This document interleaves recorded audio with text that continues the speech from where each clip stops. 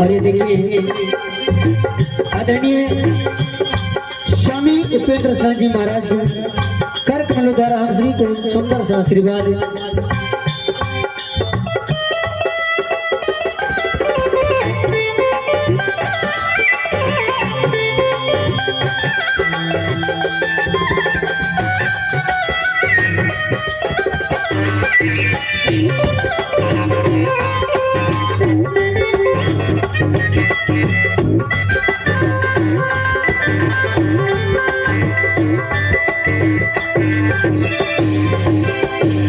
और देखिए